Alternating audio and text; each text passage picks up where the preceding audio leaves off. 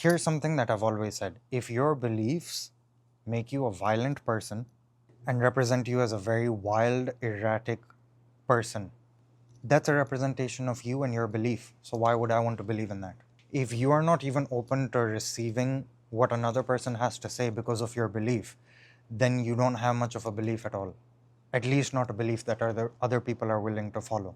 I remember when I said that to someone was when they broke down a mosque in India to rebuild a Hindu temple, and people were acting all wild. And two kids in college met me and they said, "What do you think about that?" I said, "See, I have nothing against Hinduism, I have nothing against Buddhism, I have nothing against Islam, I have nothing against Jainism, Sikhism, nothing. Not one religion do I have anything against. I even have problem with Christians and people of all religions that act wild and violent and are not even willing to accept another person's contradictory belief. Do you know why? Because that's a huge flaw in your identity. That means you find so much comfort that if the fact that someone else accepts and believes something wrong, you can't even be friends with them, that's something wrong, deeply wrong with you. That means that you live in a very fragile area, a glass house, call it if you will. Little old you is stuck in a glass house. Because the moment you see something and you are a very prey like animal or creature, you see something and it's immediately a threat. When I spoke about all of this stuff, people were like, "Oh, Miraz, why do you think why do you think this way? Why do you believe this way?" I'm like, "Look at you. I told you something contradictory and you just shot your guard up and you were all emotionally charged and gung ho, I'm gonna shoot guns at you. Why? Because I said something? That's how weak you are. If you're willing to be violent because someone said something, you probably need a mental asylum. And I'm not going to take back my words, and it's not the politically correct. Call it the crack house for all I care. You need the crack house. Because what I see is that there is a fundamental flaw in who you are to the point that you are not a safe member of society at all. Your beliefs have compromised you to the person that you can't even be a decent human being. I don't live by law, I live by love. I can accept another person without having to accept who they are or their beliefs. I can accept them as a person.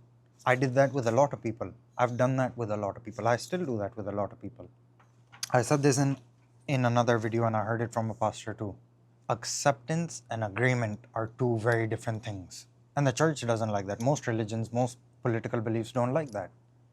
Acceptance and agreement aren't the same thing. You can accept someone while not agreeing with them. Can you believe it? You can accept political takes, social takes, whatever, spiritual takes, religious takes on anything that people have to say without having to agree with them. Here's a filter for you. If you have a shitfluencer that you listen to on Instagram, TikTok, whatever, okay? Look at all of their content. Please just look at all of their content and see if you agree with everything that they really believe in. And if you do, chances are that either they're not showing you everything that they believe in truly, or you are completely corrupted in your belief. Because I have a twin brother. I don't agree with him on everything that I believe in. And in fact, I'll even tell you this much. I don't even agree on the Bible 100%. And for those of you Christians that are going to come at me, the Bible has one law. I'm just going to give you this example, okay? The Bible has a law in the Old Testament that says if you beat your slave and he dies instantly, it's not your fault. But if you beat your slave and he's injured, but not to the point of death, but he dies a few days later because of the injuries sustained, then it's on you. Do you agree with that law? Do you agree with that part of the Bible? Because God didn't. That's not a law that came from God. That's a law that came from the priests, because they took the 10 commandments and they made it 613 laws, micromanaging every part of your life, kind of the way the spirit of religion does, micromanaging every part of your breath, the way you breathe, the way you think, the way you talk, everything. And Jesus says, if you think it, you've done it. But all I ask is that you live by love, because when you live by love, you change the way you think. Because when you start loving yourself, you're going to change the way you think, and then you have the mind of Christ. So at that point, you're not even going to think about your neighbor in a bad way because you think with love.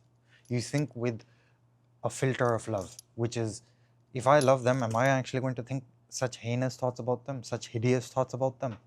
And when that happens, your perception changes, your thoughts dictate your actions. This is why the definition of social psychology that I learned a long time ago, 7-8 years ago, was social psychology is the study of how people think, act, and behave based upon their solitude or even the perceived imagination of someone around them. Something like that. I'm paraphrasing here.